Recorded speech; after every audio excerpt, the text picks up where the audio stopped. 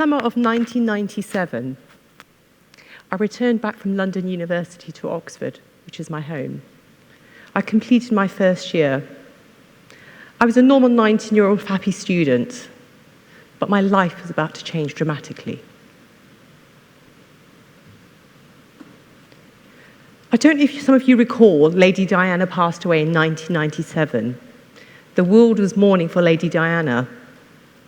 My world was mourning for my brother and sister. They were murdered in my family home. I was there, amongst other family members. I was no longer this 19-year-old student. I was a victim of a double murder. I was also a survivor.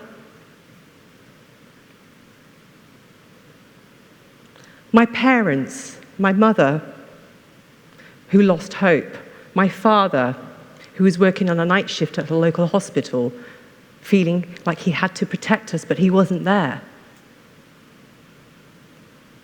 My sisters and brother, grieving in their own ways. We all became very lost. A year later, there was a breakthrough, and the Crown Prosecution, the police, the CPS approached us, and they were managed to convict, apart from one suspect that absconded. At that point in my life, I decided to give my life to my parents and family, so I didn't return to university. I supported my parents, I supported my mother to come out of her depression, and my father, and we became a normal family how we could. As years went on, 17 years had passed. I'm now a mother to a son and a daughter. There was a breakthrough. The CPS had contacted us. The last suspect was caught. This time, I'm a mother of 2 children. I've got to go through this whole trial again with my family. Would I be able to cope?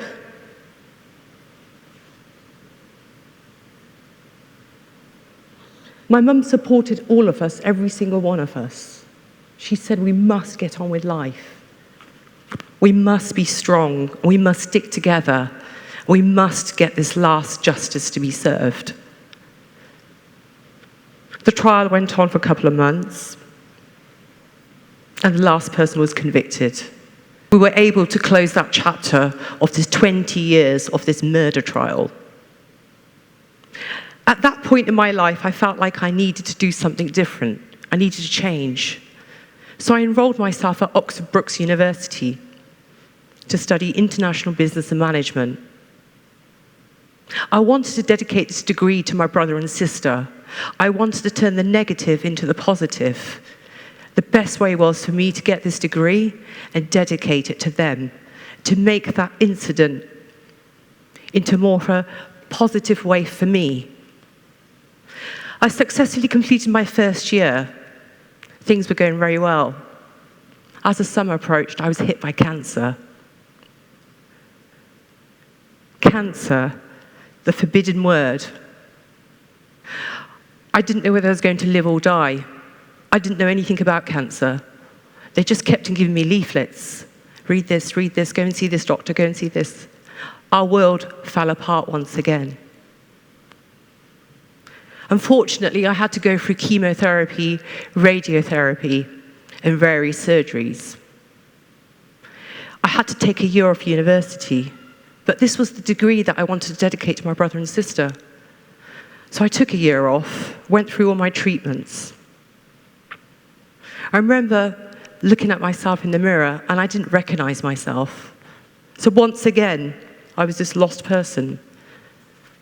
I lost my hair. I was bald.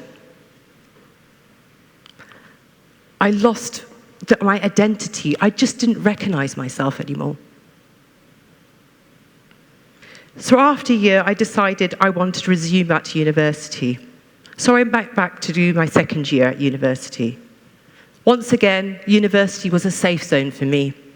The lecturers, the students, they gave me happiness. It was my medicine. It was keeping me going. Successfully completed my second year. Summer approaches, my exams. I was hit by cancer too. This time, I took a different approach. I didn't actually tell everybody. I told a couple of lecturers. I didn't tell my father. I told my mother, and I didn't tell my children. I was more relaxed this time. I don't know why, because I didn't know if I was going to live and die again. But I decided to take a different approach. I knew what was expected, what's going to happen. But I didn't know again if I was going to live or die. So I carried on doing my final exams, successfully completed them, and over the summer I had surgery and treatment once again. I am now in my third year at Oxford Brookes University. It's my second week, semester 1. There's 2 people in my life that have actually kept me going. One is my mother. She's a very strong woman. She said to me once, "You've been given a life for a reason. You must live your life." Good and bad happens to everybody. It's how you, as a person, deal with this situation. It's been difficult. I'm still in remission. I'm having various tablets. I'm fatigued. But I manage to get up every day to fight every day for what I want. I don't have a goal. I just change my directions that suit. I make the negative into the positive. And I've learnt to smile again and live and be happy. There's another special person in my life who understands me very well. And I'm able to express and say and feel what I want without being judged. Thank you.